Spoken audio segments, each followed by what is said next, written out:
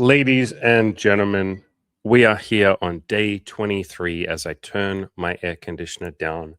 Daily live streams every single day, baby. Let's freaking go. Here for those of you who want to hang out with the community. Maybe you want to use this as some free coaching. Maybe you want to chill with the boys. And maybe you want to see who came to the stream first. I believe it was Xander who was here first. Xander was the first person to show up today. So, hello, Xander. How are we doing, Mr. Xander? Chad, I believe, was number 2. Hello, Chad. How are you doing? Mortis was number 3. I think I was number 4, if I have that correct. You guys can let me know if I'm not correct about that. But welcome. And Mortis is talking about a video that came out called Looks Maxing Logic. We're not going to watch it. It's a 10-minute video, but I thought it looked interesting. And from what he said, this video here, Looks Maxing Logic on the channel Millennia Thinker. And he says, Mortis says, that's totally me. Pretty much a guy starts doing looks maxing and improving his looks. Never feels like he's enough. Yeah, because look what's in the fucking word. Looks maxing. Maxing instead of just improving. And the guy says that he will stop when he's mogging everyone. The problem with like setting your goal as I have to beat everyone else is that takes a lot of the agency and the power away from you. You're basically saying part of the variables of this, I guess, equation working out for me is that other people don't beat me. It's like there's always going to be someone better than you. And that's such a humbling thing to realize. And the ego does not like that. But yeah, goddamn. Also, all right, fine. Mr. Mike, we love you, Mike. Okay, let's be honest. Mike was the first person here. He wants us all to know that. Mike was actually the first person on the stream. He was here 3 freaking hours.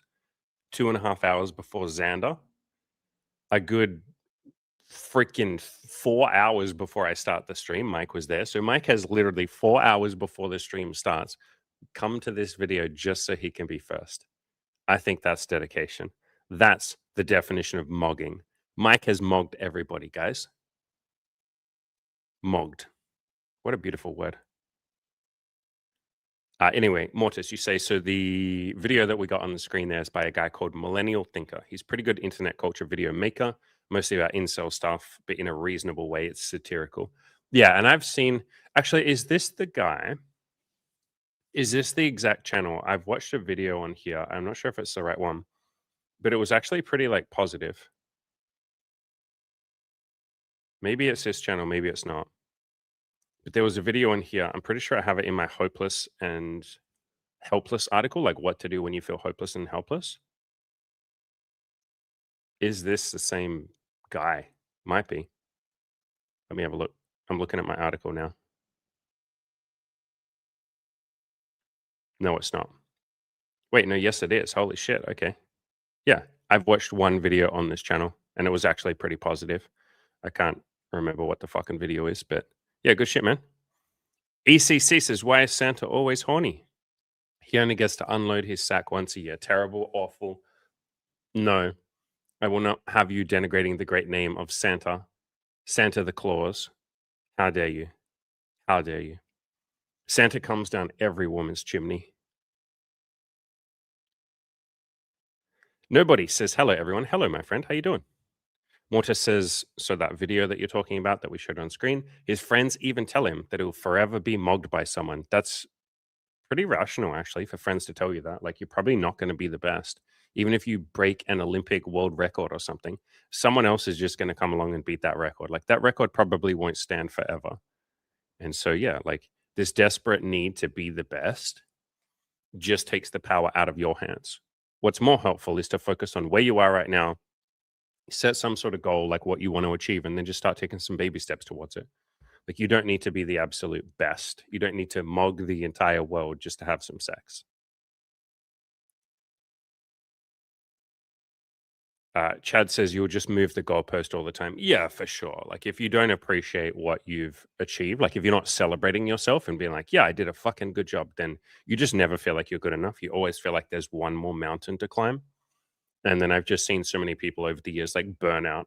Like, even in the coaching program, you'll have guys have like a breakdown, but I call it like a breakthrough, where they're like, I'm just so sick of my lack of results. And I'm like, hey, buddy, like, what have we been telling you for the last like 5 weeks? You have lots of results. You're just not celebrating them. Do you want to start celebrating it? Do you want to sit down and write out all the things that you've achieved, all the things you've done, all the action you've taken, which is maybe the most important? Focus on the action rather than the result, outcome independence.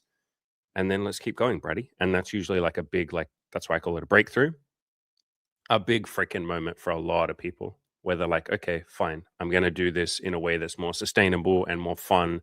I'm grateful. I actually enjoy the process. And then I will, ironically, go out there and talk to more women. I'll go out there and make more money. Mike says, I've been doing No Nut November for years and only emptying one time per year. Sounds like torture. Oh, you're talking about Santa. I thought you were talking about yourself. Okay. Yeah, but it's only that Santa empties his sack on other people once a year. So Santa basically does like a worldwide like bukkake. If you guys, of course, you guys know what that is. Santa does a worldwide bukkake once a year, like a very big orgy, and he comes more than that, like with his wife. He and his wife and the little elves, who are all of legal age. I want to make that clear. But he and the elves get up to some mischief. Is Tato says, "Hi Andy, hello my friend." Expert Chick Clapper says, "What does mog mean?" I believe it means when you're more attractive than someone else and you own them, as the kids used to say. XX Shadowhunter 92 XX says, Wells. If it isn't Andy. Hi, Andy. Hello. That's a joke about my last name. Andy talks about this in the Play to Win video course. I mean, probably. I probably talk about Santa in the Play to Win video course. Do you guys know I talk about literally everything on the entire planet in the Play to Win video course? Literally every word that's in the Oxford Dictionary is in the Play to Win video course, but better. All the words are better than what's in the Oxford Dictionary. Xander says, longest I've ever gone without nothing. Why were you talking about nothing? Longest I've ever gone without nothing is 1 month. I've never noticed any improvements or even effects on anything other than to make me desperate to do it anytime I'm not wholly absorbed in doing anything else. To do this when you can't get sex seems like a recipe for misery. For some people, it can be, bro. I have this conversation with a lot of people that come to me and say, "Hey, I want to do no-fap because I think that will give me motivation to go outside and talk to women." And I say, "Look, man, it's your life. Try it. Like, try it and see." But for a lot of guys, yeah, exactly what you're saying. It just feels like now I'm using willpower twice. I'm using willpower to not touch my PP, touch my little willy, touch my doodle, touch my ding dong. I'm trying not to touch my ding dong. And now I need to use willpower. You don't have to use willpower, but now I'm trying to also use willpower to go outside and talk to women. I'm not saying like jack your ding dong every single day, but yeah, it isn't necessarily the quick fix that a lot of people think that it is. A lot of people lean heavily on nofap and talk almost as if it's this like mystical thing that will give you superpowers. And for some guys, it genuinely is so helpful. Beautiful. Do it. Or I guess don't do it. Don't jerk your dick if it helps. But yeah, for some other guys, they're just like, I don't really think this helps me much. So each to their own. It's like different for every single guy. Mike says, I don't know what a bukkake is, and you'll never know. You might not want to know. And it's definitely not something that I can Google for you. I'm not going to show it on the screen. Actually, I could. I'm going to show you a bukkake on the screen, Mike. I want to find something that's still safe for work. I know what I'm trying. Oh, fuck. Oh, God. All right. But I want one. I want one that's still somewhat safe for work. There you go. I found you one. Here you go, Mike. There you go, Mike. For you, this is what a bukkake is, buddy. We got this just for you. That's a bukkake. They've both been bukkakeed, okay? Even the background has been bukkakeed. So that's a bukkake, Mike. I'm sure you can figure out. I want to be very, very clear to the YouTube algorithm right now. There is nothing not safe for work on the screen right now, YouTube, okay? I want to be very clear that we're within the terms and guidelines. Imagine this channel gets, or this video gets freaking 18 plus because of this. But yeah, Mike, you say, oh, so it's like whipped cream. Sure. I'll whip up some cream for you, Mike. I will whip up some cream for you. There'll be a lot of guys whipping up some cream for the woman. I will definitely make that clear. Normally, it's women that make cream in the kitchen. You know, like a good woman is always in the kitchen. Don't clip that. but this is like a bunch of men whipping up some cream. It's like soggy biscuit, if you know what that is, except instead of a biscuit, it's her surprised face. Yeah, Xander says, turn off your internet's parental filter. I thought you were going to say turn off your parents' parental filter, like turn off the filter that your parents put on the internet, Mike. Mike is 18 plus. Let's make that very clear as well. YouTube algorithm. Thank you. Appreciate you. Fucking hell, ACC says, I bet Mrs. Claus gets a train by elves while Santa is away. Potentially. Mike says, what is a soggy biscuit? Guys, is this like, let's educate Mike?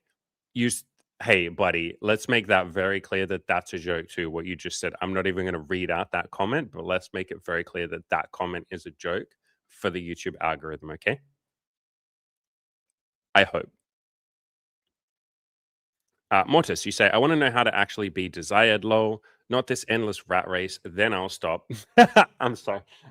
I didn't mean to laugh, buddy, but that made me laugh. The number of times I've heard someone say, when I achieve my goal, then I'll be happy. That's when I'll know I'm good enough. Like 1 in 1,000 people, that's when they feel like they're good enough. The other 999 just move the goalposts. Like, anyway. So you want to be desired. I'm going to take your comment seriously. You want to be desired and then you'll stop. And then you'll feel like you're good enough. Like, yeah, but then what happens when you get a little older? What happens if you're sick? What happens if you don't dress that well one day? What happens if you're feeling a bit down on yourself? You have a very like strong sense of like unworthiness within you, Mortis, like lots of people do. What makes you think that that is just going to go away because a few people tell you that they desire you? What usually happens is a few people will tell you that they desire you and you'll think they're fucking crazy. You'll be like, why does this crazy bitch like me? Like, what is she stupid? Like, why would she like me? Why would she desire me for God's sakes? And so if you don't uh, accept in yourself your own desirability, why would you believe anyone else? You would just think they're stupid. So yeah, I would. I mean, you're working on it, man, but I would keep working on that. I wouldn't be seeking. I mean, like everyone in this fucking chat, everyone in this community, most people in the world are going to tell you, don't reach out for external validation in order to feel like you're good enough. Like everyone knows this. Freaking 16-year-old girls know this. Like, if I go out and try and get men to make me feel desirable, well, that's going to end in misery, isn't it? Like, that's not going to go the way that I think. And yes, like some external validation can be nice, but you're making it like the most important thing in your life. It is all you ever talk about. Like, you're unbelievably attached to it. Like, it's the only thing you ever talk about. Not the only thing, but it's like, it's the only goal that you seem to have. I'll phrase it like that. You talk about it multiple times a day in these streams. I think anyone would say, like, man, like, I wouldn't be putting that much neediness on external validation. And surely some part of you knows, and if you don't, that's fine, man. But like, surely some part of you knows that it's not desirable to be that needy, like men and women. And so, yeah, that's why we keep bringing it back to a little bit of self love, brother, or a little bit of like acceptance that you're desirable rather than needing other people. But if you want to go out and talk to some women and all of that, do that at the same time, to be very clear. I'm not saying don't go and talk to women, but you got to have that on the inside, brother, and then you'll be able to accept it from a woman. You say, I want to not have to approach random women. Well, that's just like laziness, man. That's like our ego wants to be very efficient and lazy sometimes. And I would just say to you, man, like, I'm not at a do you think I'm at a point where women just like throw themselves at me? Like, basically, no one here is. Like, that's like a 0.0001% of the male population. And you can absolutely do that. Like, of course, you can do that. Just get rich, get famous, go hard in the gym for like 5 years. Like, there's ways to do it. I'm not saying it's not impossible. I'm not saying it's not possible. Of course it is. But like, I guess I would just gently say, like, why? Like, why do you need that so much? And if you want that, it's not up to me to shit on some guy's goal, but like, it's not necessary. Do you get what I mean? Like, I don't have, like, I still approach women. I still go to use the boosts and shit like that on Tinder and Hinge. I still have to send all the messages and invite her out to the dates and walk up to women on the street. It's worth it when you succeed, man. Like, when you walk up to a woman and she's so unbelievably into you, like Molly, who I'm dating right now, like, when you meet that woman, you're like, damn, I don't give a shit that I like have to approach. I don't even have to approach. I want to approach in order to meet someone. They're not going to walk up to me. So if I want women, then yeah, it's on me to approach. It's worth it, man. It's so worth it when you meet like an amazing woman who just rocks your world. Kind of like Xander just said. Yeah, Xander just said what I said, man. Realistically, that probably isn't going to happen. The vast majority of men don't get hit on by women themselves and never will be. Like, yeah, and there's ways to do it. Like, if that's really important to you, Mortis, then I would work on that. But it isn't for you. It isn't your appearance. Like, for you specifically, Mortis, it's more the mindset shit. Like, you don't like yourself. So why would someone like hit on you?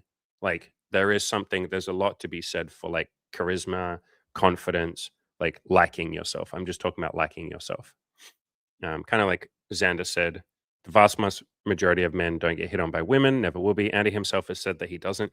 Yeah, like why would a woman hit on me? Like a woman might make eyes at me and smile at me, and then I'll go and hit on her and be like, "Hey, were you checking me out?" And then maybe she'll be like, "Maybe, kind of," but like they're not making a move, man. They're not like throwing themselves at me. They just happen to look in my direction sometimes. But like people look in other people's directions all the time.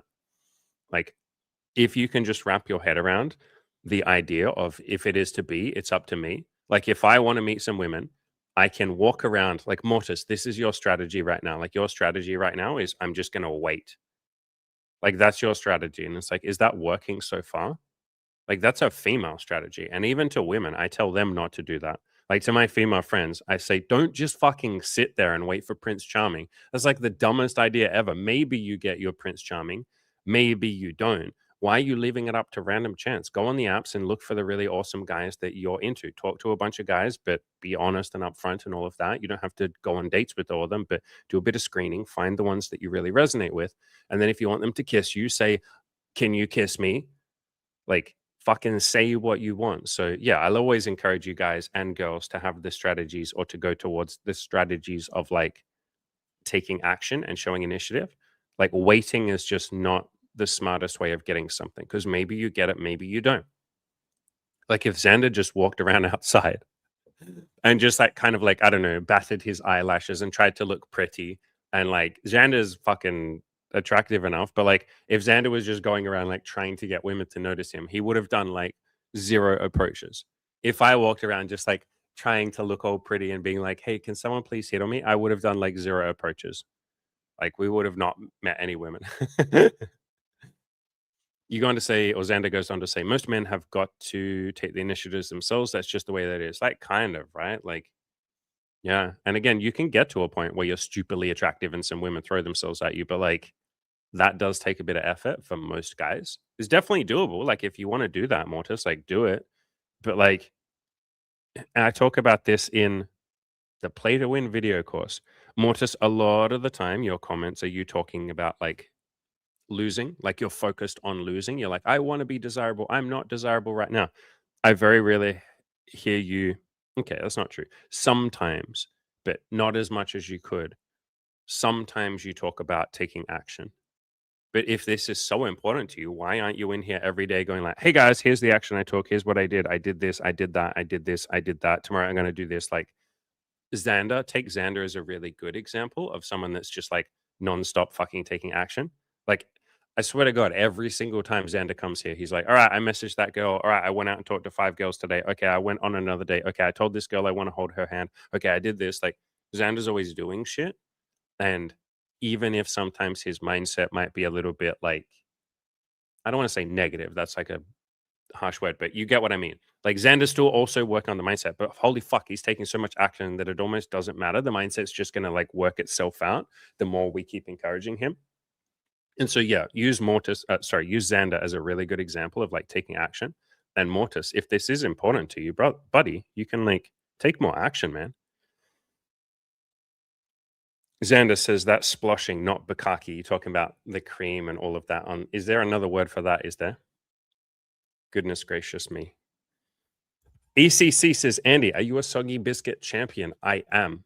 Did we have this discussion the other day? If you guys are playing soggy biscuit, do you want to be the first person or do you want to be the last person? I feel like I want to be the wait, is the last person the one that has to eat it? Okay. So you definitely don't want to be the last person. I'm trying to just get it out of the way. I want to be the first person. I don't care what that says about me, but I just want to be the first person. Then I can get out of there. I can be done.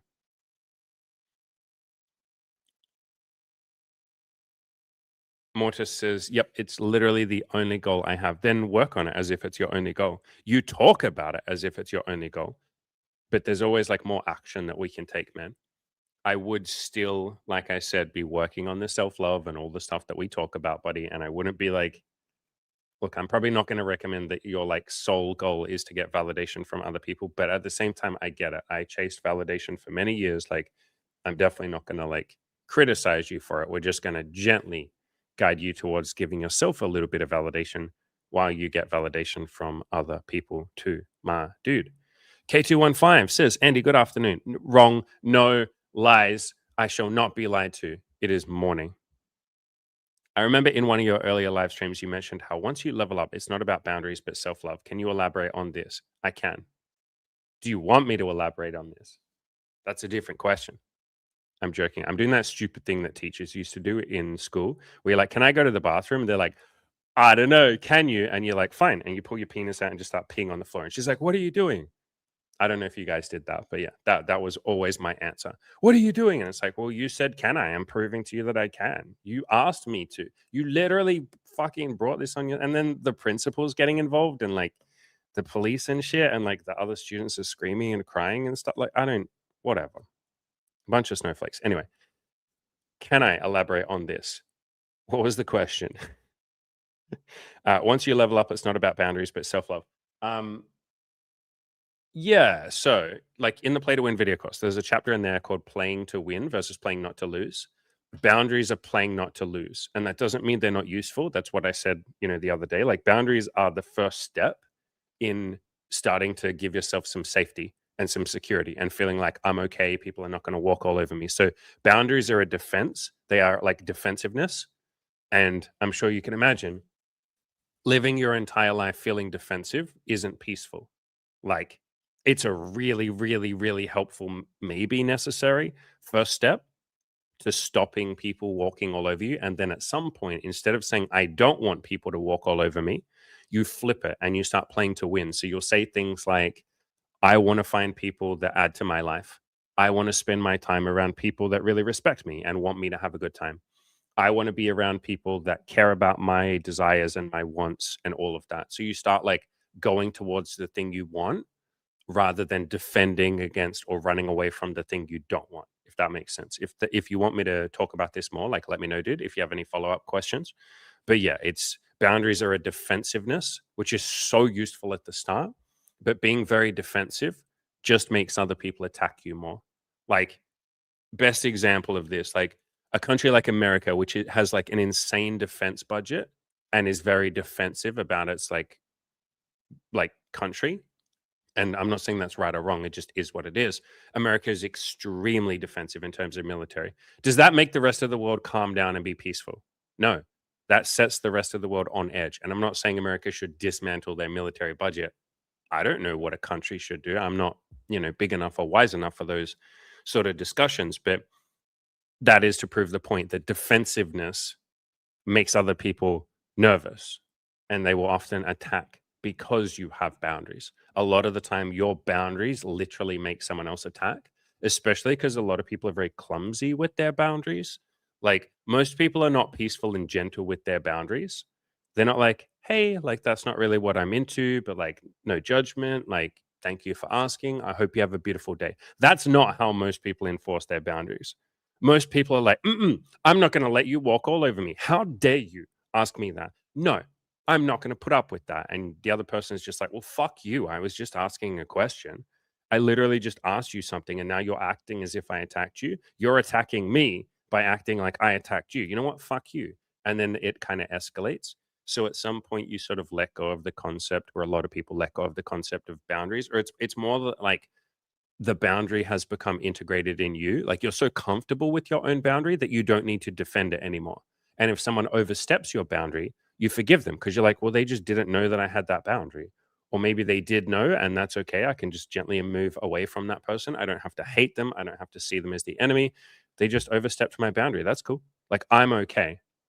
So at the start, boundaries are about saying or about feeling I'm not okay if someone oversteps my boundaries. That's how most people feel about boundaries. They're like, I need to protect myself. Like the whole world is trying to get me. I need to protect myself.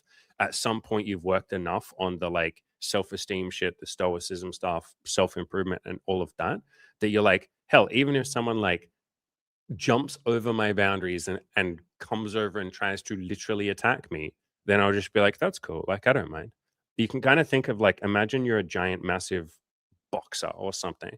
Imagine you're a world heavyweight champion. Are you worried about some random guy like yelling at you and trying to get in a fight with you? No, because you're like, I don't even necessarily need boundaries, bro. Like, I know my own strength. And so it's about that. At some point, it becomes more about your own strengths rather than boundaries. But like, to be very clear, boundaries are very helpful in the meantime. Like, none of this, I said this last time, I'll say it again. None of this is me saying don't have boundaries. Like, especially if you're in an abusive situation, like a verbally abusive, or maybe some people are bullying you, or maybe it's physically abusive. It's like, yeah, get some fucking boundaries. Like, boundaries would be the first step. And then eventually you might move past that and be like, no, I'm strong enough that I now don't need the boundaries. You put the boundaries up as a temporary fence while you work on like building up, I guess you would almost say inner fortifications, but it's not even fortifications, like inner, yeah, I guess inner self love. Mike said, talking about the conversation before, if you want women in your life, then 999,999, that was terrible, 999 million, whatever, 99.9% of the time, you will need to take the initiative. Yeah. Yeah, as a man, and again, I say this to women too. I don't tell women to just sit there and wait. Like that's a terrible strategy for a woman. I know that that works in like every Hollywood movie because that shit's not real. But yeah, like you'll be waiting quite a long time. And I have a few female friends, like one, actually two in particular, that aren't always happy with their love life, and they have been quite. I don't want to say passive because they wouldn't even phrase it like that, but they've kind of just gotten with the first man that makes a move on them. And they've just gone like, yeah, like he's nice enough. We seem to have some of the same qualities. It's not that they're not screening at all, because they are, but like they're definitely not taking a very, very, very active approach to it because they didn't even know that was a thing. Most men don't know that you can very actively screen. Most people just get with whoever shows them attention first. That's not right or wrong, but it just is not the best strategy to find someone that you're a really good match with. So yeah, I tell everyone like take a bit of initiative, think about who you might want to date, come up with some green flags in the other person. Everyone talks about red flags. Talk about some fucking green flags. Let's play to win rather than playing not to lose. And then go out there and take some action. Is Tato, the man, the myth, the legend, says, I have been hit on by women. Doesn't happen often, but it did maybe 3 times in my life. Yeah. And so like if you just wait for that, it's like you could be waiting potentially like a decade before the next woman hits on you. And even then, it might not be a woman that's a good fit because statistically speaking, most people are not going to be a good fit for you. Like maybe you don't have the same values. Maybe you're not physically attracted to each other. Maybe the sex isn't great. Like could be a million different reasons. Maybe you're not looking for the same relationship dynamic or type. And so waiting is just like not like the strategy that I say. Mortis, you say, okay, so if I'm good enough, you are, then why is every interaction I've ever had either neutral, friendly, or very rarely negative? That sounds good. You're describing something amazing. Wait, I'm confused, bro. You just said, all right, guys, if I'm good enough. Wait, I want to really exaggerate this, okay? I want to fucking exaggerate what you just said. I hope you guys can see me. You're like, all right, guys, if I'm good enough, explain why literally every interaction I've ever had is pretty fucking friendly. Explain that one. How come all my interactions go neutral or really good? Like, what are you talking about, my brother? You literally just said, like, every interaction I've ever had is neutral or friendly, very rarely negative. Did you maybe mean the opposite? Like, I'm not sure if maybe you misspoke. Did you mean the opposite? Riddle me this one, guys. Get Sherlock Holmes on the case. How come all of my conversations always go really well? If I'm good enough, then how come everyone wants to talk to me and is friends with me and everyone likes me all the time? Explain that one, guys. Checkmate, atheists. Estedo said, I asked you yesterday if it's okay to share my issues in chat. Hell yeah, big boy. But I should think about it. Or I said, think, and I will never say should. I'll never tell you guys that you should do something, but whatever. That you could think about if you feel like a burden. Actually, the opposite is true. I like to overshare. So I guess like what's the hesitation then? You say, since yesterday, I've typed out a long text in Notepad. Hell yeah, brother. Dump that in the chat somewhere. Xander says, everyone here knows Elliot Roger, right? That guy bitched and bitched about not having a girlfriend and then admitted in one of his manifestos or whatever that he'd never approached any women. Yeah. So Elliot Rogers is a very interesting case. For those of you who don't know, he was like in the like red pillar, I guess maybe you'd call it like incel community. And he was ridiculously attractive too. He was like stupendously attractive. And I think he was born into like lots of money. I think I might be wrong about that. Like a lot of you guys would be like, wait, this guy's a Chad. Like the jawline and shit. I think I was a bit young, so he was still gonna like grow into himself and his own confidence and stuff like that. But if you look at him, you'd be like, wait, this guy's like pretty attractive. So this is Elliot Roger. It's like, yeah, that's like a pretty attractive dude. Like that jawline. Look at that fucking jawline. Look at that. You could cut cheese on that, guys. We could get like, well, he's passed away, so we couldn't. But when he was alive, we could have cut cheese on that jawline. But yeah, he's an interesting case because kind of like you said, man, he'd never really tried, or he'd tried, but he was doing the classic thing that a lot of guys do, or a lot of people, where they're trying, but they're not doing the actions that would actually get them closer to the result. And they're like, but look how hard I've tried. It's not fair. And it's like, no, no, no. You've done such a fucking good job trying. Like, this is insane. Like, good job trying. It's just let's like slightly tweak some shit and get you to try this instead and don't do this thing and try that and see if that works. Like, but yeah, he definitely had that classic like mindset of like, I'm entitled to women. That's why I like the quote from David Hawkins. You are entitled to the effort and the intention, but not the outcome, which is often dependent on many variables which are non-personal. And in his case, he had the intention, I think, but he wasn't quite following through on some of the effort stuff, like you said, like talking to some women. I think, like you said, man, he definitely had the mindset of like, I'm attractive, and he was, like, he was. And I think he had money, if I remember correctly. And he was like, how come women aren't falling into my lap? And it's like, they probably are, man. You're probably just not hitting on them. Every client that I've ever had where they say, you know, I'm a virgin in my 30s, no woman's ever shown any interest in me. Basically, every single one, I'm like, okay, I want you to really get still. We're going to kind of meditate, go deep on this. I want you to think about any times in your life that any woman might have made a move on you, or like made it clear that she kind of liked you, maybe potentially. Every single one of them is like, oh fuck. Now that I actually think about it, yeah, there was that one girl.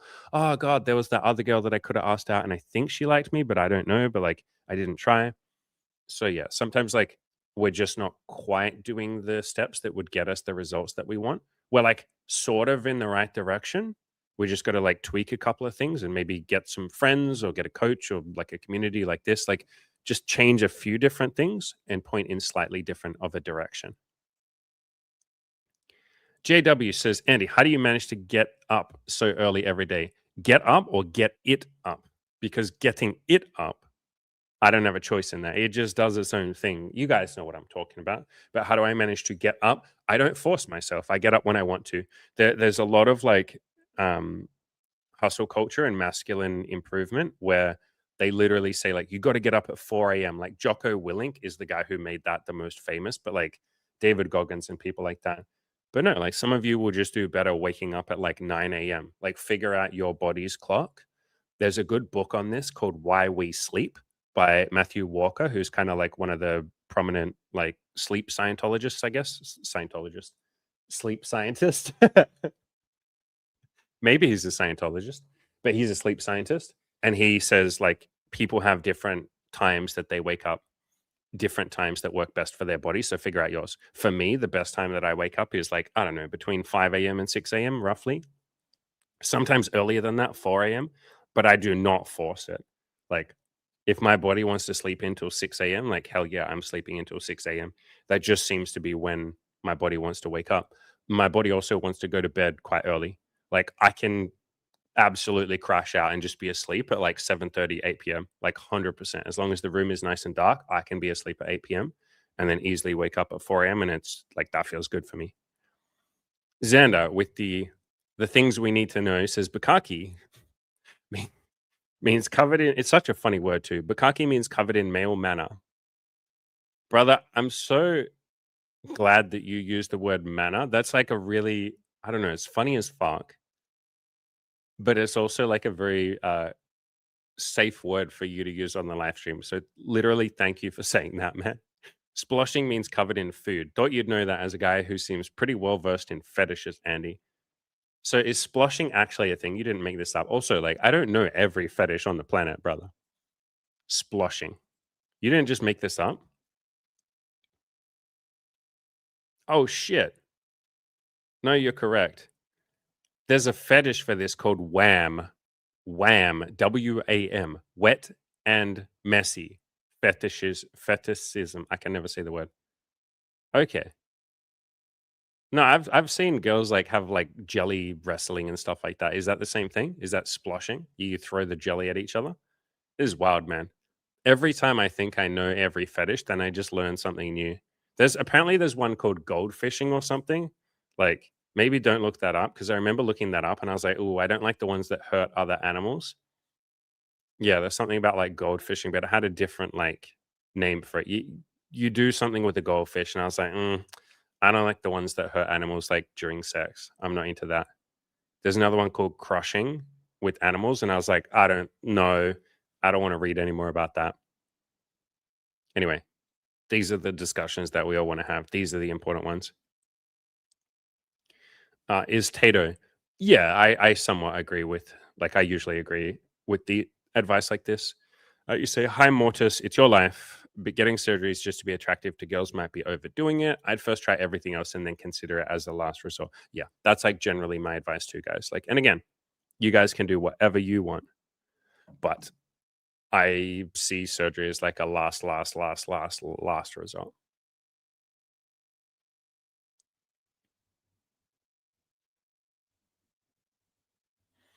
K215, piggybacking off the conversation before, says, Gotcha. I've been going through I Need Your Love. Is that true? I love that book.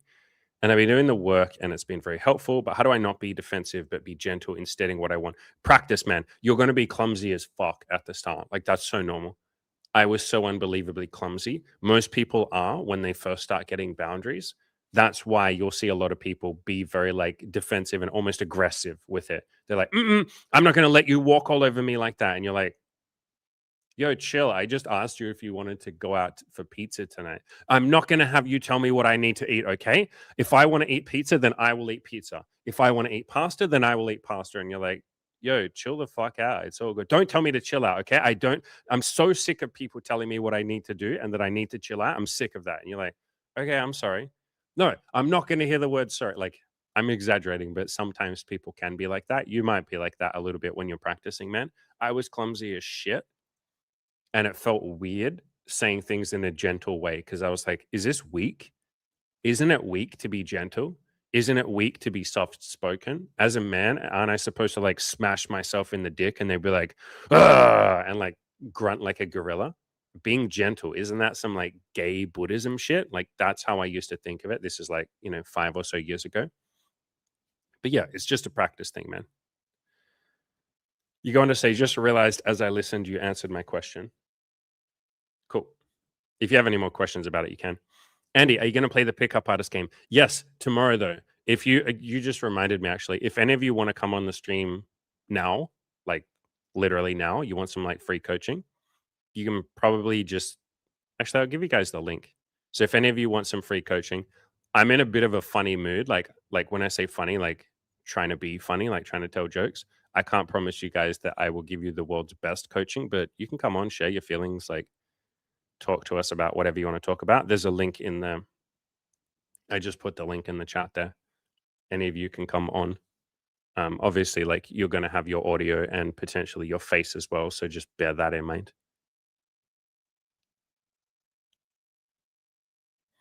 Mortis, so before when you were saying that most of the people you talk to feels neutral and not flirty. Yeah, most people don't flirt with me, motherfucker. Like, who's gonna flirt with you? Most people don't flirt because they're scared. Like this is not a Hollywood movie. I know Hollywood and porn and all of that looks sexy as fuck, and everyone's like flirting with each other, but that is just like not like real life, man. Like most people don't flirt with me, dude. Like, why would people just start flirting? Like again, that's like more like a porn or a Hollywood thing. If you want flirting, you initiate it. Xander is someone that you can link up with him if you want. Xander's like practicing his flirting, and I think he said he does it with like every approach basically, and he's doing it on dates and shit. So like flirty is something that you got to initiate and you got to practice. Again, I say the same thing to women. I have a few women that are like, I kind of want to flirt with a guy. Like I've literally had some of my female friends. So like, how do I flirt with guys? And then I will just like teach them. But they were kind of thinking like, surely we both just start flirting, and it's like, nah, man, it doesn't just happen like that. You got to do it. Ali says, thank you for all the streams. Thank you, you legend, Alistair. I've been enjoying listening to them while working. That's cool. For everyone who doesn't know, Alistair's come to me for coaching a couple of times, and he's in the Abundance Collective at the moment. He's been on the channel a few times, and he started his own business cleaning windows and doing other jobs. So if anyone is in the UK, Alistair, where are you? I think you're in like Nottingham or something. I forget, brother. But if anyone wants their windows cleaned by a handsome man with a great beard, there he is. Also, is Tato, I can see you in the live stream. Let me know if you're ready to go. There should be a little private chat in the window that you're in, or you can just type in the main chat on YouTube if you want to. Just say like, yeah, I'm ready to go. And I will let you jump on. Private chat. He says, how dare you, Andy? I'll kill you. Whoa, that's a weird thing to say. He said, don't tell the chat this, but am I the coolest? Yes, you are. He's saying wild stuff about you guys behind the scenes. Mr. Istato, hello, how we doing? Hi. Hey, can you hear me? I can. Okay, awesome. I was a little bit afraid that I hear myself twice now because I also see your stream. Yeah, you have to mute the stream. Xander had No, that no, issue the other day. yeah. I muted the stream, but I also see you in the StreamYard. I Beautiful. mean, first of all, it's so cool speaking to you. It's cool I'm very speaking to you happy. too, brother. I'm very happy that, as I said before, I wanted to book a $200 call with you, but then for whatever reason, when I clicked on it, was a couple, maybe a month or two ago, there was no offers for calls anymore, and so I thought you're not doing them because I thought you only do them for a certain time window and then you stopped again, so I wasn't sure. Yeah, I'm still doing them, but like use Okay. this as a call. This obviously won't Yeah, be super long, but we can talk for like no, 15 minutes or so. it's awesome. I mean, I put in already a very long text in the chat, but I can just read it out. So Yeah, if you don't mind. basically, no, I mean, I'm so happy to be talking to you. So yeah, basically about me. So I spent a lot of time, and I summed it all together, 13 years. Following a very traditional education pathway. So I did my bachelor's, I did my master's, I now finished my PhD last year in December.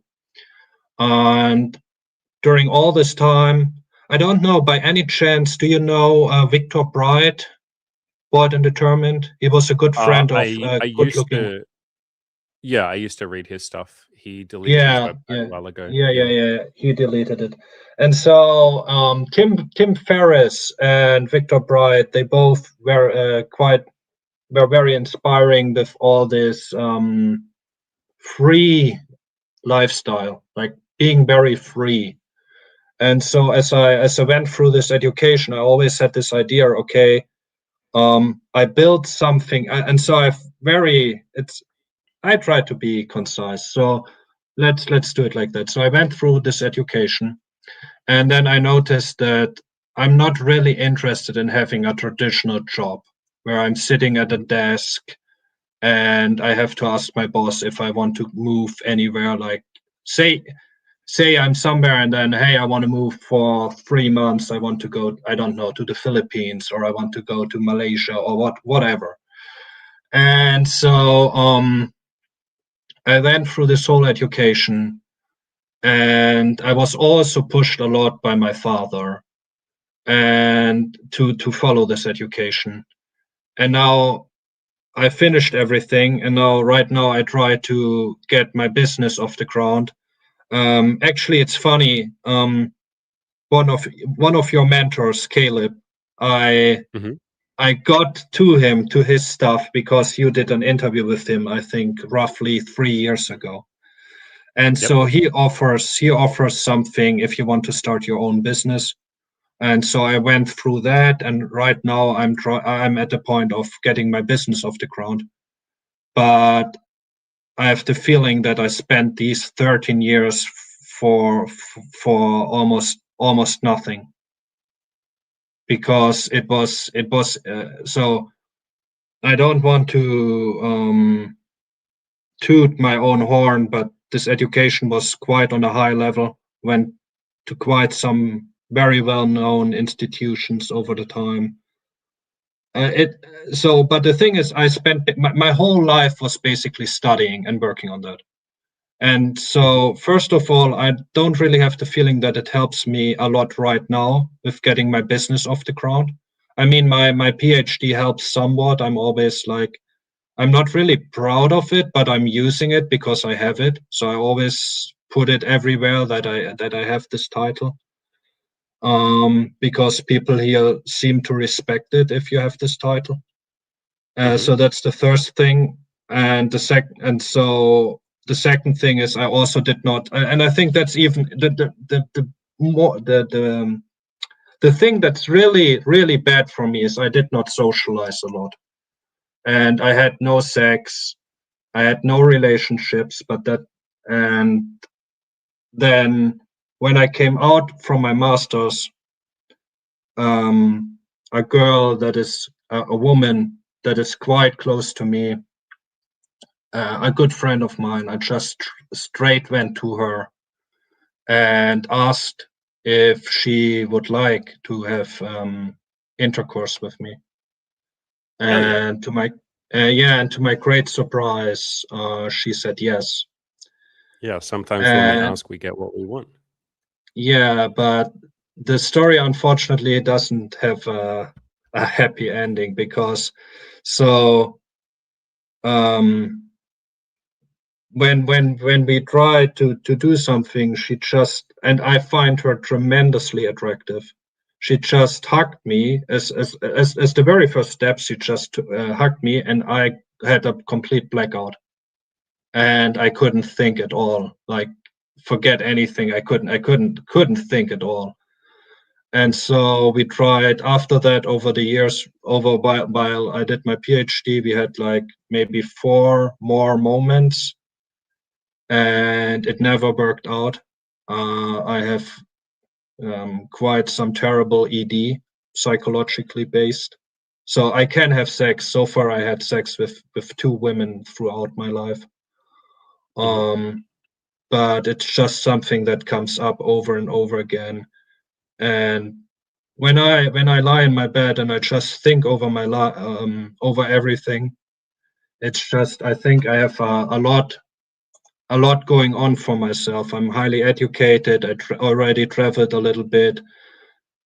I think, as I wrote in the chat, I'm somewhat attractive because women seem to like me. I like flirting. Like, everything is. I think I hold all the right cards, but then on the other hand, right now I'm really struggling to make money because I started my own business. Um, and I cannot have sex because of this ED thing. I'm also addicted to pornography, which might be a reason for that. So I watch a lot Yep. of porn. Hmm. So that's my story. And just for you, I'm 34 years old. And as I said, I went through this very strict education, spent basically all my life on it for the last 13 years. And on some days, I just get so incredibly angry. I talked to friends of mine, and they said, "Why didn't you tell your father after the bachelor?" And I actually told my father after the bachelor, I want to have 1 year to figure things out for myself. And he just Mhm. pushed me, do the masters, do your PhD. And they were just, yeah, why did you never stand up for me, for yourself? And that's also a skill I lack. So I got in 2 relationships, which were over the PhD. I got in 2 relationships. One was just terribly, terribly, terribly, terribly. The second was quite good, but I really tried because I want to have sex. Now with 34 and with 30, I really want to have sex. And so I had no boundaries. I accepted a lot. Because I just wanted to be in these relationships and want to have sex. And actually, I wanted to have sex with a lot of girls, and I was like, yeah, let's make this relationship open. And the women were, no, no, no, I want to be monogamous, and I just to be interested in me. And so both these relationships, the first one was really really bad. The second was really not was nice, but then in the end, it also didn't work out. Yeah, so but these are the main issues: struggling to make money in my own business and having sex. Although I'm attractive, I have this ED problem, and so I never really went out and hit on girls. It's just there were always girls in my social circle that found me attractive, and when we talked, we always got to a point where I then said, okay, maybe we can do something. I like you. Maybe we can. And I was always very hesitant because Mhm. of this ED problem. I'm actually over Sylvester, over New Year. I'm visiting a female friend of mine, where something might also happen. Not sure yet. We will see. But I'm already scared. I'm already scared because with her I had a moment where we could have had sex and it just did not work out. I was just there and I couldn't get it to work. Okay. Thank you for sharing all of that. We're going to go back a step or two with your father. And, you said he pressured you, he pushed you. What were you trying to get from him in that moment? What were you trying to get from your father when you said yes when you didn't really want to? Well, he paid for my education. He paid for all Mhm. this, so I had not to work. Here, so I'm from Europe. It's not that expensive, but still you have cost of living. You're not earning any money. You have some very small study fee. It's nothing compared to the States, but he just paid for my life during all that time. And yeah, what I wanted to get from him. Mm. I mean, couple of things. First of all, for him, he always respected people that are very, very educated. So he always looked up to these people. That's the first point. And the second point is, I think on a certain level, I mean, if you talk to people, a lot would tell you that what I did is just incredible and very good, and like having this high, all these titles. I'm very qualified. It's just I don't want to have this traditional job where I go to a company and sit in front of a desk. I want to live my life. I have the feeling I lost a lot of time sitting in front of a desk and studying. So I think these are the three aspects. He paid for it. I wanted somewhat to impress him, or like getting his respect.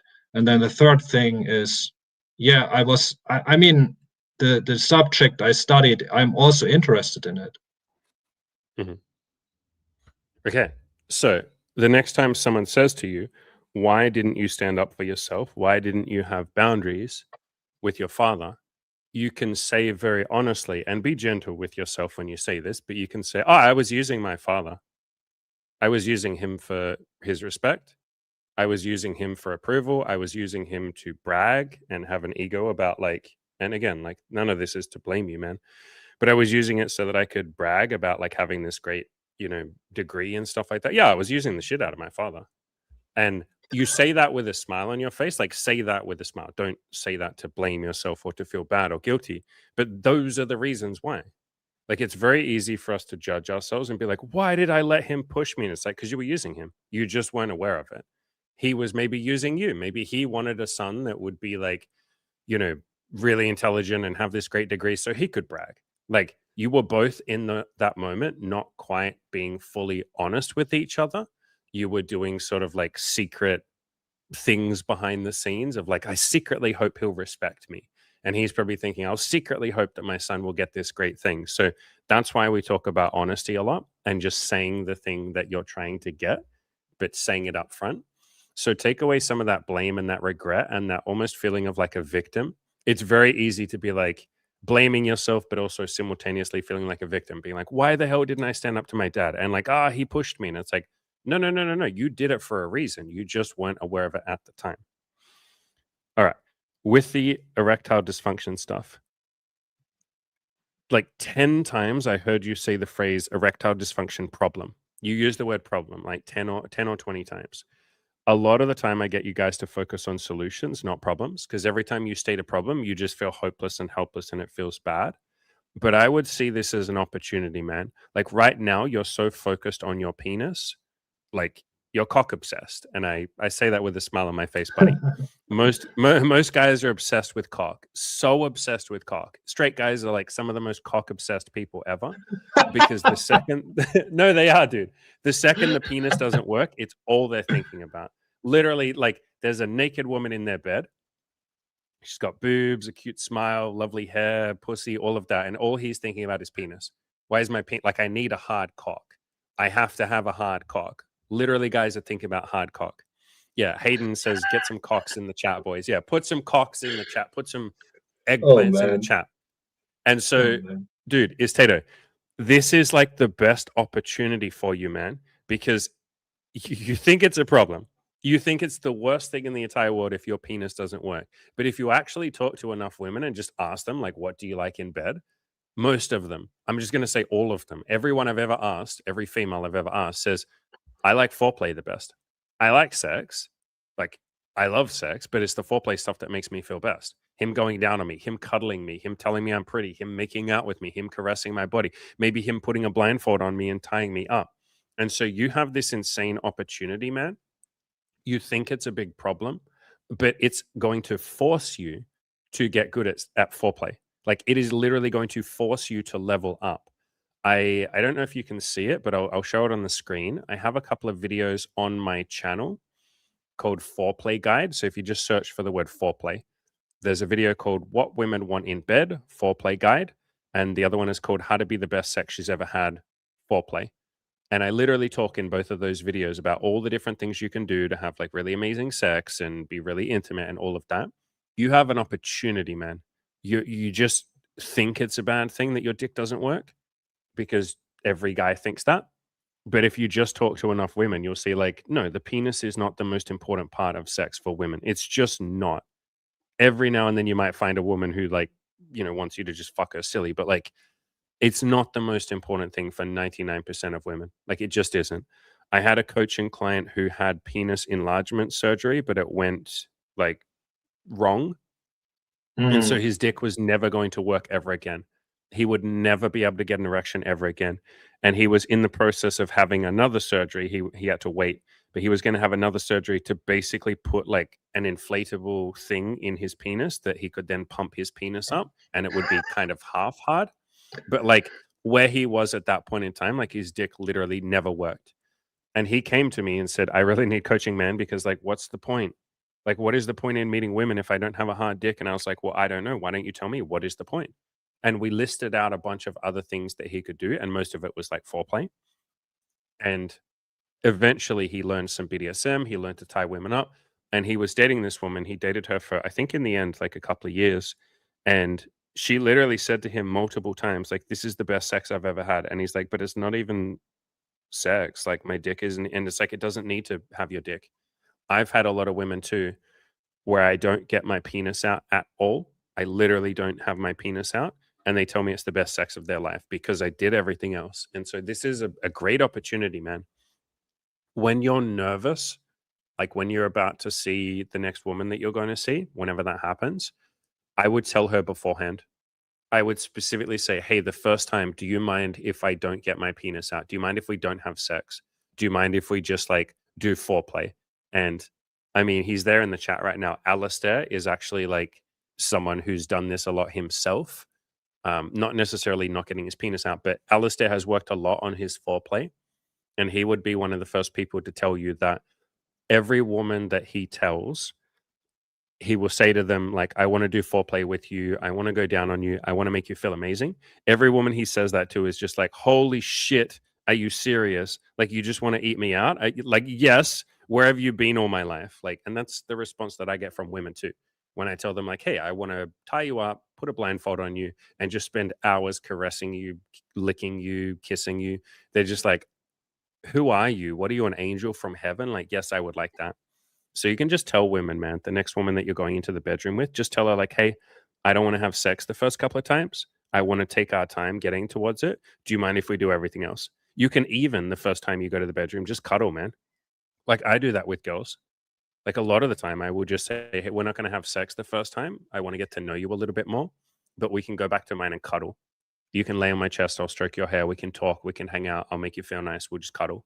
So, yeah, man, I would just like take the pressure off your penis. No wonder your penis doesn't work, man. Like, you're putting all the pressure on it that it has to be hard. And if it isn't hard, you're seeing that as like a huge failure. And that just is so intimidating and stressful, man. Like, how does that feel for you going into the bedroom with that burden?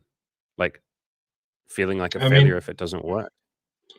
I mean, yeah, it's the thing is, this first woman I talked about who I straight up asked, she's a very good friend. And we had a couple of situations, it never worked. And then I also, in addition to all of that, I developed also a crush on her. I told her that she, for various reasons, then told me she's not interested. And now she's in an well, I don't know how open, in a relationship. And then I asked her again, and she said right now she's not interested in anything regarding intimacy from any other man. That's fine, but it's just, this is I find her very, very attractive, and I might never get the chance to, although I had the option in the past and it never worked. And this other girl I'm seeing on Sylvester, that was just, this one instance where we could have had sex. She just appeared in front of me in lingerie. I'm not pronouncing it perfectly. Lingerie. Lingerie, Yeah. lingerie, Yep. Yep. and basically I was again stunned.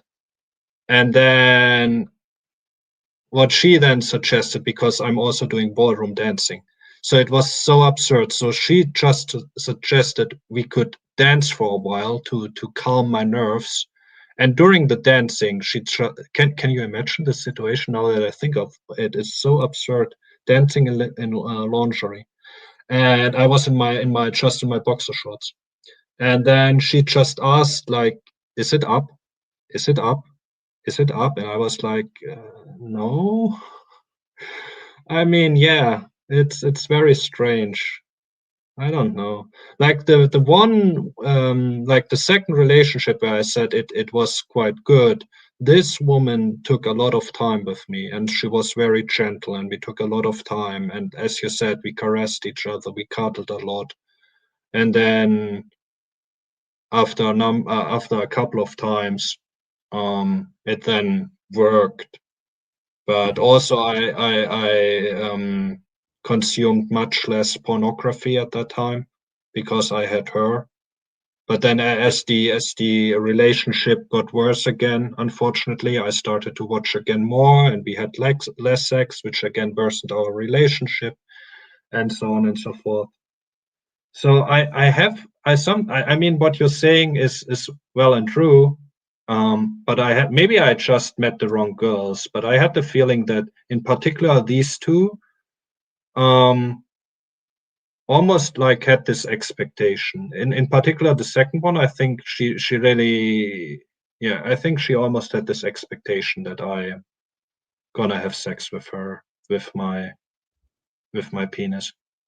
Yes. So it's up to you to take ownership of that and say, listen, here's the situation.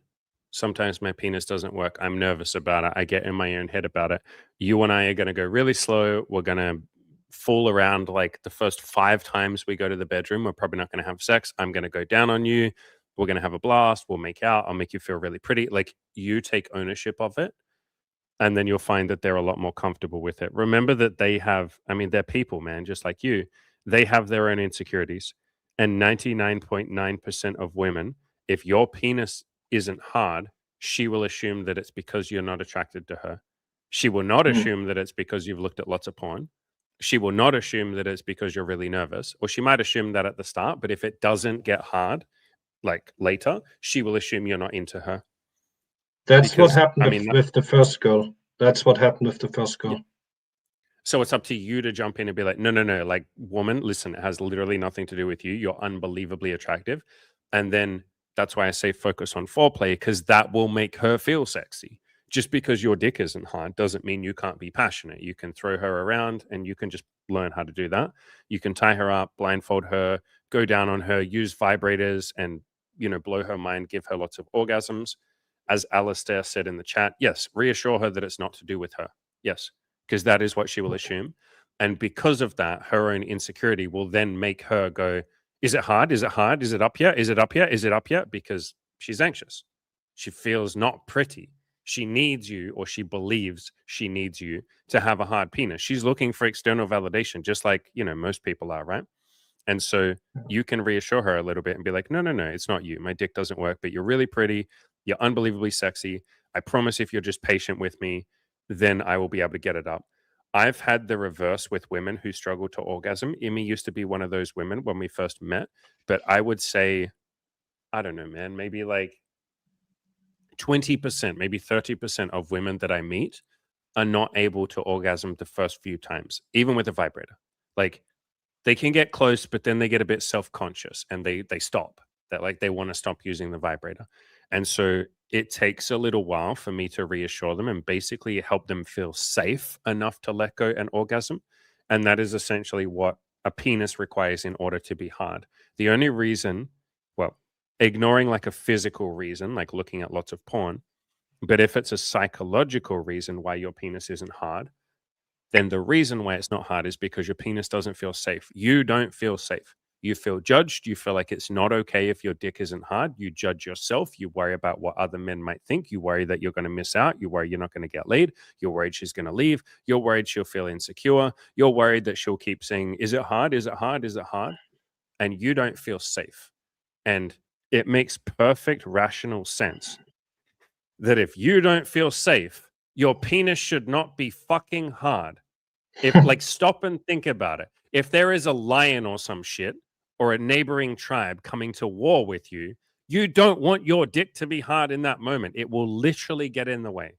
100% your dick will be in the way if it's fucking rock hard when you're trying to run from a lion. It doesn't make any sense. And so we put all this pressure on ourselves. We're like, I don't feel safe right now. My body is literally in fight or flight. My body is panicking. Why doesn't my dick work? And it's like, it's not supposed to. And it's wild to me that we call it dysfunction, erectile dysfunction. It's not dysfunctional. You're fucking nervous and afraid and unsafe and scared. No shit, your dick doesn't work. It's not supposed to. And so part of this shit, man, is learning how or showing your body, like learning how to show your body that you're safe, that you're okay, that everything's fine, that she's not going to judge you. Part of that is having a conversation first. Part of that is just taking the pressure off yourself. Part of that is learning some foreplay. But yeah, it's not dysfunction, man. Like your dick isn't supposed to work if you're scared. And so then the idea is, how can I gently guide myself towards safety? And that might take several times. Like I would take the pressure off and just say to each woman, we're going to meet like, 3, 4, 5 times. We'll do some foreplay. I like to wait until I have sex. I sometimes feel really nervous. You can just be honest and say, I feel really nervous going into the bedroom.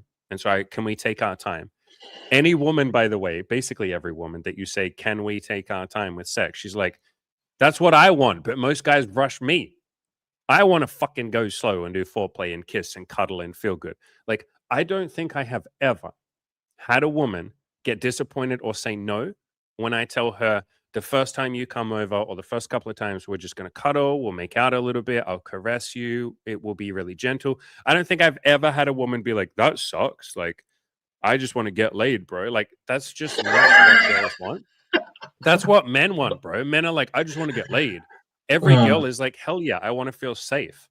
That's an experience that most women have not necessarily felt the first couple of times with somebody new. They're usually nervous. They're usually in their own head. They're worried that you don't think that they're pretty. The reason that woman wore lingerie for you, by the way, is so that you think she's fucking pretty and so that she'd feel pretty in herself. That's why they wear lingerie. And that's why she's uptight and saying, like, is it hard? Is it hard? Is it hard? Come on, I put lingerie on. I'm being gentle. I'm being slow. I'm being patient. Why isn't it hard? And men do the same thing with women sometimes, a lot. That he'll be going down on her or fingering her or playing with a toy, and he'll be like, are you going to come soon? Are you going to orgasm? Are you about to orgasm? Are you getting close? Are you close? When are you going to come? Tell me when you're going to come. And she's like, I can't fucking orgasm if you're asking me 50 times when I'm going to orgasm. Now I'm in my own head thinking about why I can't orgasm. Thanks, you've ruined it. And so we put our anxiety and our anxiousness on the other person. But a big part of this is slowing down, man. And I'll tell you one final story to finish up. When I first met Molly, one of the women that I'm dating right now, she was really fucking nervous and hadn't had sex in over a year. And she'd had some maybe not brilliant sexual experiences in the past.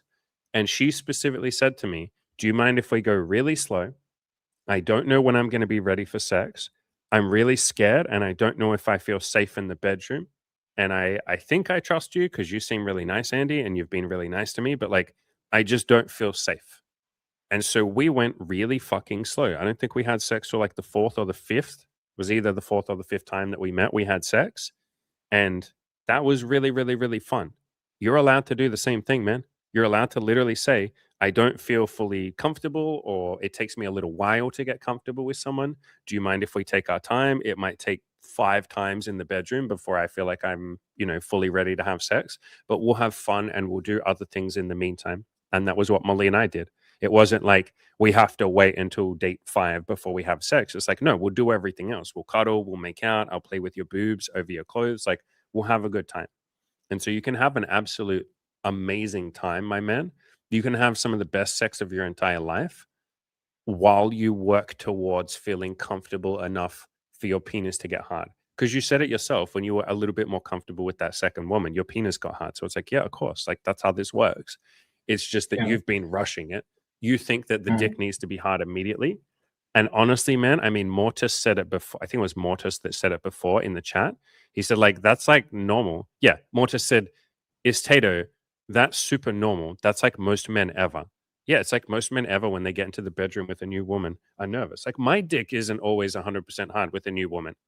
Sometimes I'm just like I don't know her yet. I don't know if she's going to judge me. I don't know if she's going to be chill and comfortable or if she's going to put pressure on me. I don't know what the sex is going to be like. Like, sometimes my dick isn't fully hard. I just don't need it to be. I don't expect it to be. And by the way, lots of times, like I said, a woman who's new, like a new woman that you're with in the bedroom, she might not be able to orgasm the first time. I don't expect them to. Some of them don't get very wet the first time because they're fucking nervous and they can't let go and actually relax and enjoy it. Some of them will give like kind of not the best blowjob because she's shaking and she's nervous. And like, I mean, fuck, man, like, nervousness is such a normal part of human history, of humanity. Yesterday, I got some food delivered, like DoorDash, to my house. The guy that was handing me the money, his fucking hand was shaking, dude. He was literally shaking as he hands me the thing. And it's like, that's just part of being a person, man. Sometimes we get a bit nervous, but you're doing a good job, brother. Thank you for opening up about this shit, dude. I have to thank you for all your advice. I mean, there's a lot more, but I want to respect your time, and you gave me a lot. Just last thing I want to say is I never had such a deep conversation with a man. I have a therapist, but she's a woman. I never had such a deep conversation with a man about sexuality, and so I'm really grateful, and I'm really, really grateful. Thank you. I'm glad, bro. And like, this is something you can keep bringing up. I I think I'll kick you out of the chat now if anyone else wants a turn or there's some other No, questions to it's answer. perfectly But fine. Kick me out. I yeah, might book up. can you? Do you offer how long will you offer this one-on-one $200? Will you offer one in January, February? I don't know how long I'll offer it for, but if you email me at like literally any point and tell me that we had like remind me of this conversation, then I will give you one. Like even if I All stop right. offering it to the public, that's fine. Just All right. remind me that I promised you right. that. Thank you so much, Andy. And I mute Yeah, bro. myself, and you can kick me out. And just thank you. Thank you. Yeah, brother. Thank you. And thank you for opening up about this, man. Like this is you said that you don't have a lot of men that you've talked to about this or you've never talked about this. Yeah, erectile dysfunction. Just like and it's not dysfunction. Can we come up with a better word, you guys, than ED? Like how about we just call it fucking performance anxiety? I like that word better. But your dick not working. It's something that only really exists if you don't ever talk about it. Like the shame is what keeps it going. But if you start to talk about it with women and just say like here's how I'm feeling. I get a bit nervous sometimes. My dick doesn't work. So let's go slow. We'll have a chill time. You bring it out into the light, and then there's none of that shame anymore. Then it doesn't feel like this like horrible, fucking painful, agonizing, big, dirty secret. But yeah, kind of the dirty secret is that I swear to God, 100% of men have had a time when their dick didn't work. I swear to God, it's like 100%. Also, you guys have come out with fucking hell, you guys. Expert cheek clapper says we can call it floppy fella. Hayden says we can call it Silly Willy. Jesus Christ, you guys. My Willy has the sillies, but this is the one that broke me. This broke me. Tired Todger. Todger is such a British word, too. Isn't that just like straight up a British word? Yeah, British. It's 100% British, yeah. Tired Todger. I like that. We go with that. Or something. Can we do one that has the word scared in it or nervous? Guys, think of an alliteration that has like nervousness in it. Nervous knob. Nervous knob. There you go. Nervous knob. We'll call it nervous knob. Soft stick. This is fun. This is fun. Scaredy schlong. I like that. Phoenix, I like that. It's all good games. My penis is tired. Yeah, you can just say that to a woman. Hey, like when you come over tonight, just so you know, my penis is a little bit tired. And she'll be like, oh, is your little fella okay? And it's like, first of all, don't call it little fella. Okay, how dare you? But yeah, he's okay. He's just a bit shy. Oh no, no! Like you literally start to you talk about it in a cutesy way. She's like, "Oh, like show me your dick, like get your dick out," and you're like, "No, he's a little shy. Okay, he's you got to talk quietly. He's a little shy." You start like infantilizing your penis, petrified pingus. Oh goodness me! All right, guys, can we be here for our brother? It's all good games because I saw it in the chat before, brother. I was obviously having that conversation just then. But our legendary man, It's All Good Games said, I had a sad day. My friends with benefits of 3 years ended things with. She ended, or you, I guess she ended. She's having a life crisis, and the writing was on the wall for a while. Still sad, though, at the moment. Yeah, dude, 3 years is a hell of a time. That's a long fucking time. Feel your feelings, man. Like, feel everything you're feeling. We're here for you. I don't know if you've seen them on my channel, but I've done like maybe 4 or 5 videos on breakups. A big part of the reason why I did that is because I went through a breakup, obviously, like 8 months ago, 9 months ago, or whatever, with Emmy. But yeah, dude, like as I talked about in all those videos, feel your feelings. If you want to get sad, get sad. Actually, brother, I will tell you a book that might help. If you want to read this book, if you just want to feel your feelings, that's cool too. But let me find this book for you because it really helps me. It's called What to Do When a Loved One Dies. And I know she hasn't died. How to Live When a Loved One Dies. So this book here, she hasn't died, but like a breakup can feel like a little death, can't it? And this book basically, it's by this Buddhist monk dude, absolute warrior. I love this guy to bits. But this book here, it's got a blue cover. This book helped me a lot after my breakup with Emmy, for sure. Like really, really, really helped. How to Live When a Loved One Dies. Or I guess how to live when you go through a breakup. That might help a little bit. But we're here, brother. And then you say, and then this morning, another friends with benefits texted me telling me I was being disrespectful at her place. How dare you? By making sexual suggestions about her roommate and ended things with me too. Ah, well, buddy, yeah, you getting it all at once. What's that saying? When it rains, it storms. But brother, we're here for you, dude. Like we are fucking here for you. Tell us how you feel. Maybe not today because we'll start to wrap up once I answer the questions. But like tomorrow, dude, if you feel like jumping on and talking, like on the stream, like we're here for you, man. But yeah, like you said, I am, man. I am. Feel sad. I'm processing it. Yeah, and one thing that's helped me a lot, dude, is like realizing you don't have to like fix the sadness or fix the grief. I think especially as men, we have this idea of like, fuck, I'm sad. I got to get rid of that. I got to fix it. I got to do something to feel better. Sometimes literally the thing that makes you feel better is just feeling sad as hell, dude. Like literally going, I'm sad and that's okay. I'm allowed to be sad as hell. Because it obviously shows you that you really cared about her. I would kind of rather be sad as hell. Like I was sad as hell after Emmy and I broke up. Like, you kidding me? I'd rather be sad as hell than just not give a fuck, especially for a 3-year relationship, man. Like the sadness means you gave a shit. The sadness means she meant something to you. The sadness means you had some beautiful memories, man. Good shit. Xander says, "Yeah, mate, I was with my girlfriend for only 5 months. Even only like it's not even only, man. 5 months is still like pretty. It's long enough that you really start to like get to know someone, and you feel like they're probably going to be there for a while. And like you can't predict the future, but 5 months is long enough that you're like, yeah, like we're boyfriend girlfriend now. I've been seeing Molly for I think 5 or 6 months at this point, like 5 months maybe."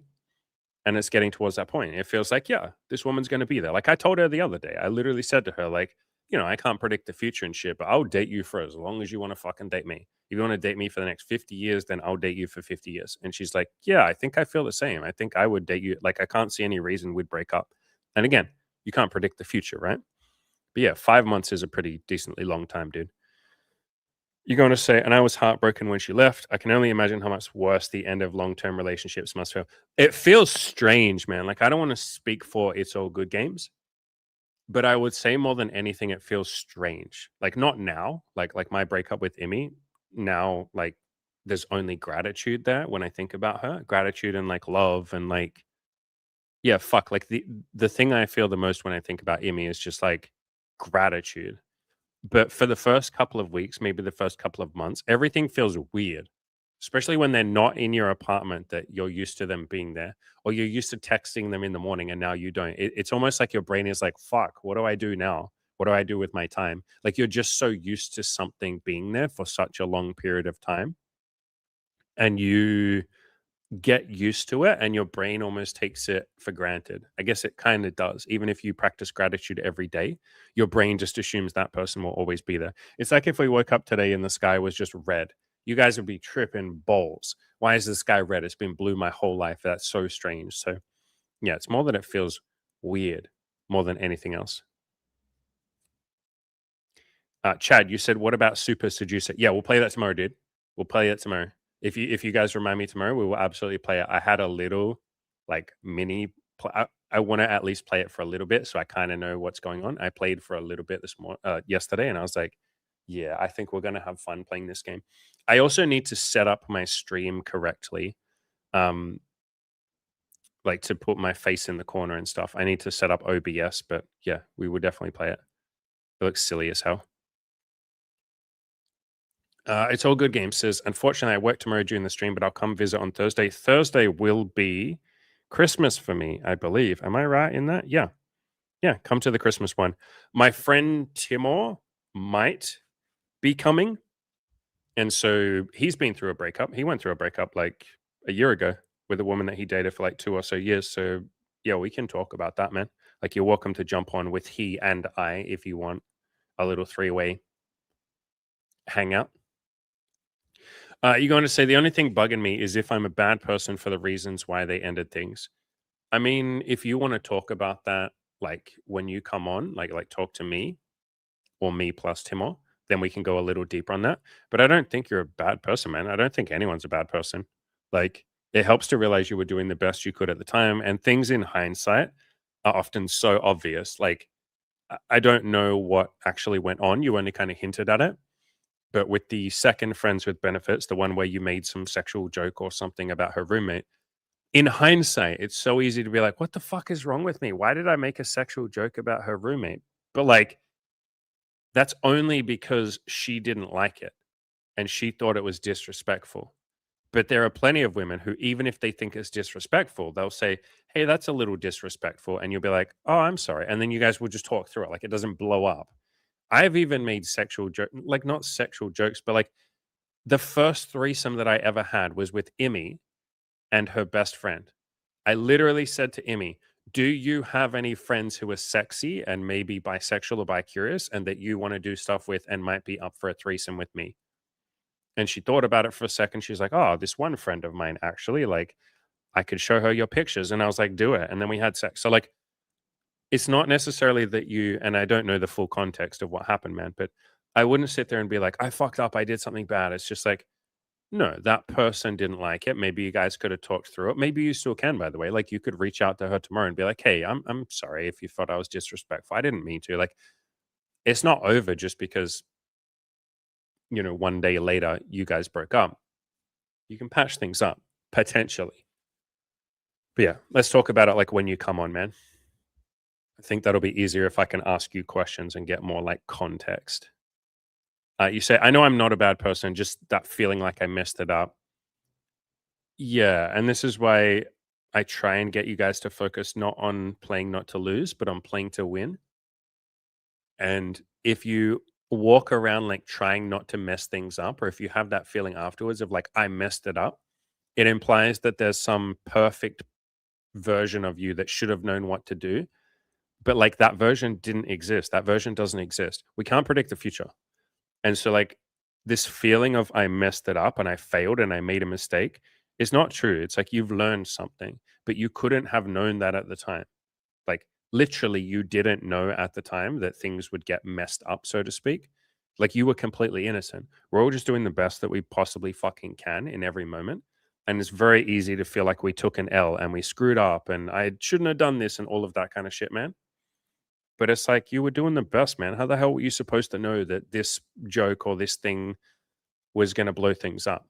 You know, like you said here, I came over to this girl's place, like the first girl, had to take a phone call. I wasn't being as empathetic to a crisis she's in. Yeah. And it's obvious in hindsight now that, like, oh, fuck, I should have been more empathetic. But you were literally busy on a fucking phone call, man. Like, I don't think you did a bad job, dude. Like, again, I don't know the full context. And something else to think about, like I said, it's maybe 50% on you and 50% on the other person. Because there's been times that I haven't been fully empathetic with Molly. So she just tells me and then we work on it. There were times I wasn't fully empathetic with Emmy and she would just like fucking tell me, hey, I feel like you're not caring about me right now. I feel like you're not empathizing. And then we work through it. If someone's in a really like dark place, which it sounds like she is, sometimes they're not very patient or like, yeah, I guess I'd just say patient. They're not very patient with other people and they just expect that other people can read their mind and know what they want and you should be empathetic.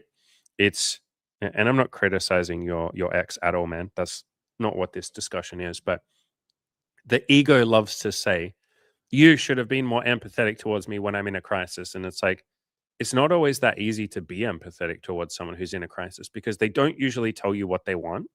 They don't usually tell you what they're feeling. They just expect you to mind read. They get really angry and butthurt and like break up a relationship if you're not fully empathetic in the way that they expect you to be, usually without even telling you and usually without giving you any chances. They often won't then let you try and fix it or apologize. And you'll say, oh, I'm sorry. I didn't mean to not be empathetic. And they'll just go, you should have known. Like I broke up with a girl, this British girl that I was seeing quite a few months ago, because there was just exactly this situation that I thought I was being pretty empathetic, and I try and be a pretty empathetic person, but she had wanted me to just know something, and I didn't know it. And so I just gently explained to her. She was like really upset over it, and I just gently explained, like, look, I'm not a mind reader. Maybe I'm fucking autistic, probably, and so I don't always know what people want. But if you tell me if it's something that I can give, I will always give it. Like I want to give it. All you need to do is ask. And she literally said, if I have to ask, then it doesn't mean anything. And I was like, okay, fair enough. But like, you're probably not going to get the thing you want then if you just never ask anybody for it and then get really offended and hurt if you don't get it.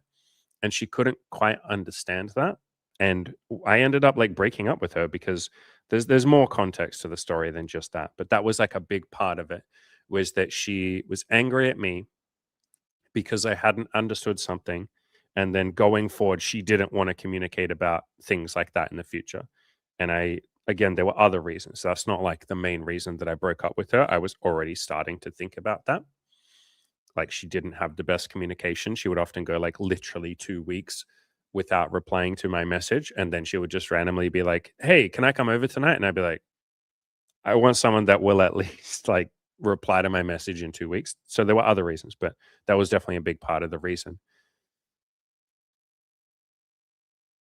Bill says, "Sorry, I'm behind the stream. Just wanted to share. Is Tato, I have a similar situation. 35, PhD, then realized it wasn't for me. Now I work as a mailman, trying to build a business. Hell yeah. Hell yeah."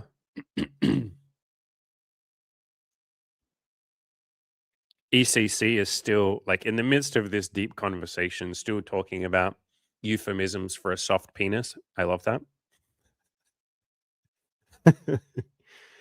It's all good games. You say it's weird even calling it a breakup because we were just friends with benefits.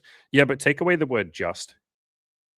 Try saying that sentence again, like to yourself without the word just. Like, we don't have to minimize how much people mean to us or the relationships that we have by using labels. Like the word casual, same thing. People go, but we're just casual, so I shouldn't get feelings. And it's like, imagine if you just didn't use the word just. Like, we don't have to minimize. She meant something to you, man. And that's what we care about. You say, I feel like I lost a good friend. Yeah, then it's not just friends with benefits, is it? The labels are often very like reductive. Like, we don't mean to, but the label like reduces. The effect is that it reduces the importance that we place on like people. Like, people do the same with acquaintances. They're like, it's just an acquaintance. And it's like, that doesn't mean you care about them less. That doesn't mean you're less grateful for them. Is Tato says, will you continue to do the one-on-one coaching? I think you said in one of your videos that you considered stopping. I understand it's your time, but that would be incredibly sad. Eventually, the goal is to do less one-on-one coaching, yeah, and just have like my group coaching program, like the big VIP program, and the Abundance Collective alongside that. So yes, eventual goal is to do less one-on-one coaching. I've had a few moments where I don't do any one-on-one coaching for like 6 months at a time, and those are the times I'm the happiest in terms of like how the business is running. So if I can focus more on group coaching, that's what I'll eventually move towards, but that probably won't be like desperately soon. Maybe, maybe. And I would give you guys lots of notice and stuff, and I'd make sure I was still serving you guys. So, like, if I decided to stop doing one on one, I don't know, I'd say something like, if any of you want to sign up in the next like 3 months, it's fine. I'll keep it running. And then if after that, like, if one of you wanted coaching, but like I wasn't offering one on one, I mean, you still have the group coaching. There's plenty of access to me in that. Like the group VIP coaching, like Alistair or Bill or anyone who's doing that. Like, maybe not Bill because he just joined, but Alistair or someone who's come through the group VIP program will tell you like you still get plenty of access to me. And then I'll do these live streams and shit. I don't know how often I will do live streams like this, but yeah, I'll make sure I'm still there for you guys. Plus, you guys don't need me. Like, I'll give you advice and all of that, but I promise that like even if you don't do one-on-one coaching with me, like you don't need one-on-one coaching with me. Like, your life will be okay without it. I'll still be here for you guys, but like, yeah, try not to have that fear of missing out. I I did a call with a guy the other day who was figuring out if he wanted to come to the coaching program, and he was feeling a ton of like fear of missing out. So we had a big deep conversation where I said, "Look, man, I wouldn't want you to come to the coaching program out of like a fear of missing out because like that's not ethical, first of all, but like that doesn't serve you. It doesn't serve you guys to feel all this fear of like, fuck, what if I miss coaching with Andy?" It's like, you'll be fine, man. There's enough like free content out there that I've put out there. There's enough other free coaches. You guys have a lot of the answers inside of yourself. Like, I'm still going to be here doing these live streams and videos and shit like that. There's still the group coaching if you want that. Like you'll be fine. It's all good game says, LaMeo, you autistic Australian with the heart of gold. I can put that on my website as a motto. Is Tater, you say to Bill, thank you for sharing. Often I feel so angry about my situation. Yeah, when we share, like, dude, this is part of the reason why we have this community, why I have like group coaching programs and stuff like that. When you can see someone else going through the same stuff as you, or when they share, it makes you feel a hell of a lot less alone, right? Like way less alone. It's all good games. So you give a bit more context. You say, no, I know she meant a lot. So you're talking about the first friends with benefits. I even went on a several day camping trip with her and her son. She was in love with me and didn't like that I lived a lifestyle of sleeping around. It was never going to last. Yeah, that happens sometimes. But it did end kind of sudden last night. Fair. I think I've said this before in videos.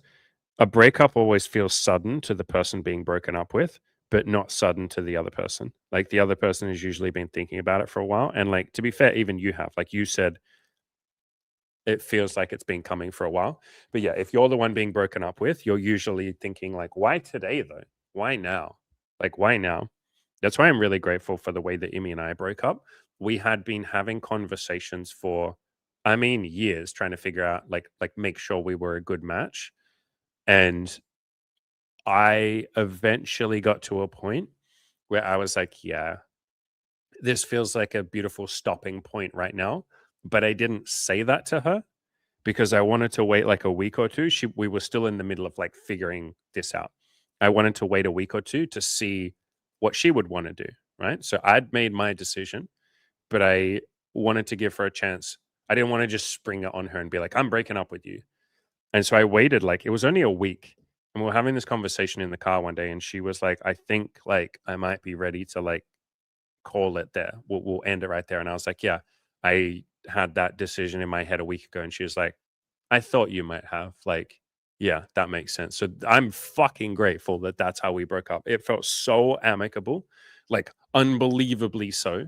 Both of us were just like, "This is the natural stopping point," and, like, I'm grateful, like, I'm so grateful that that's how we broke up. And I think that was just a process of like good communication. We'd been talking about everything really for years. And there are a couple of things that sometimes we would get a little bit emotional if we talked about, but we'd still try and find a way to talk about it. So yeah, I'm really grateful.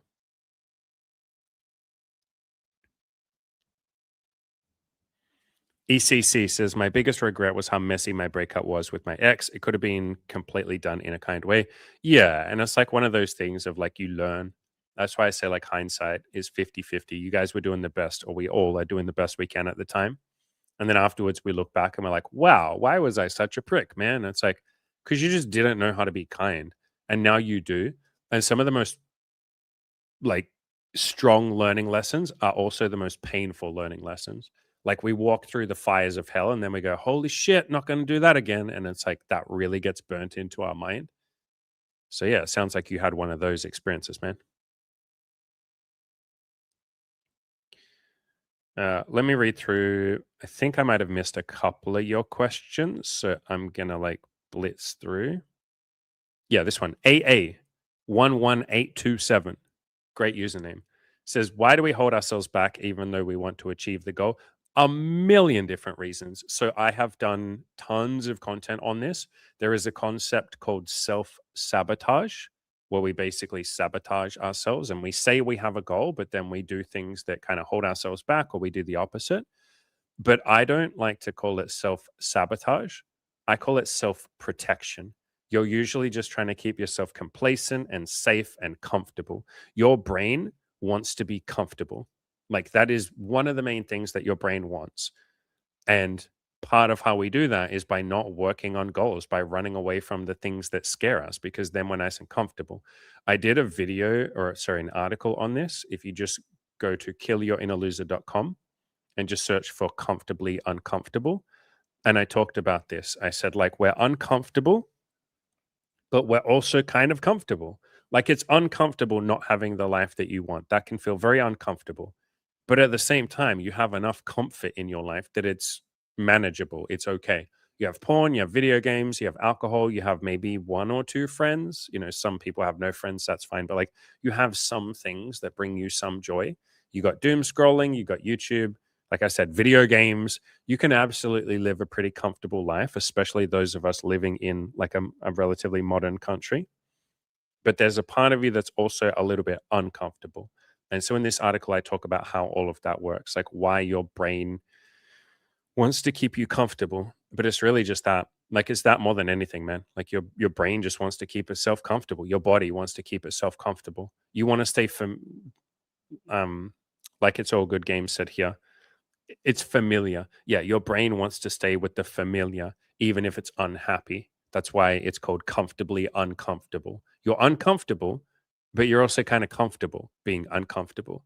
You see that a lot with like incel communities and stuff like that, where they are really unhappy, right? Like, obviously, but at the same time, they're also seemingly really happy with calling themselves an incel. Like they're stuck on that label. You see it a lot with guys that are virgins too, where they will be like, I'm a virgin, I'm a virgin, I'm a virgin. And like, it's almost like they're so comfortable with that label that they're not willing to give it up because who would they be without that label? Like, if they weren't a virgin, who would they be? They don't even know. And so that's why sometimes we hold ourselves back. The brain doesn't really like change. It likes to try and stay as it is because at least there's predictability with that. Like it's all good games said. It's familiar. And your brain likes things that are predictable, even if it makes it unhappy. Like understand that a lot of the time your brain doesn't give a fuck about happiness. Like it just doesn't. It cares about safety, familiarity, not having things change too much, being able to predict. A lot of the time, your brain likes being right.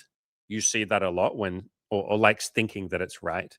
You see that a lot where someone will hold on to a negative worldview and they're really grumpy and cynical. And like maybe some of you even have moments like that. You're very negative, very cynical. You hold on to that. And it's like, this is what's keeping you unhappy. And you're like, yeah, but at least it's predictable. If I just say that every woman's going to flake on me, even though that doesn't make me happy, I'm at least trying, like, sort of controlling the outcome. And if she doesn't flake on me, yeah, well, she's going to flake on me next time. Like, your brain, our brains want to be right, sometimes more than anything else in the world, including being happy. David Hawkins says it kind of in a funny way. He says, there's nothing the ego hates more than peace. Or you could say there's nothing the ego hates more than happiness sometimes. 7, you say, question, is it normal for most dates to not lead to sex? If you're not asking for sex or saying that you want sex, yes. If you're just like having a date, which is what most people do, most guys do, they'll just go on a date and like kind of just, I don't know, hope that sex happens, then yes, most of those dates will not end up in sex, which is why I say to you guys, like, whatever you want, just be honest about it. Like, you can literally just say, like, hey, you know, I want to kiss you. Do you want to make out? Hey, do you want to come back to my place? We can make out. We can fool around. We can have sex. Like, for me, like Andy, I'm going to say, N when I want to have sex with a woman on a date, 99.9% of the time we have sex. Or at the very least, like, get naked and play with each other's bodies and all of that because I'm just so open and honest about it. Like, I literally talk about it. I straight up literally say, like, "Do you wanna have sex the first time we meet, or do you wanna wait till the second time?" Like, I just talk about it. It's just like a normal thing that I talk about. So I never, ever, ever go on dates and, like, get surprised or like, there's no date that I go on where I wanna have sex that we don't end up having sex unless we talk about it. Like that was a terrible sentence, but what I'm trying to say is there might be some dates where I want to have sex. I say to her, "Do you want to have sex tonight?" And she's like, "Oh, is it okay if we don't do it tonight?" And then yeah, we don't have sex. But like I'm not surprised by that. It didn't just like surprise me. So yeah, man, like this is me giving you permission to just be more honest if you want and just say like I find you pretty. Can I make out with you? Stuff like that. Eric says, Andy, I got a date today for tomorrow. It took me 14 approaches to get one. Legend, man. Have fun with it. Amazing. Huge.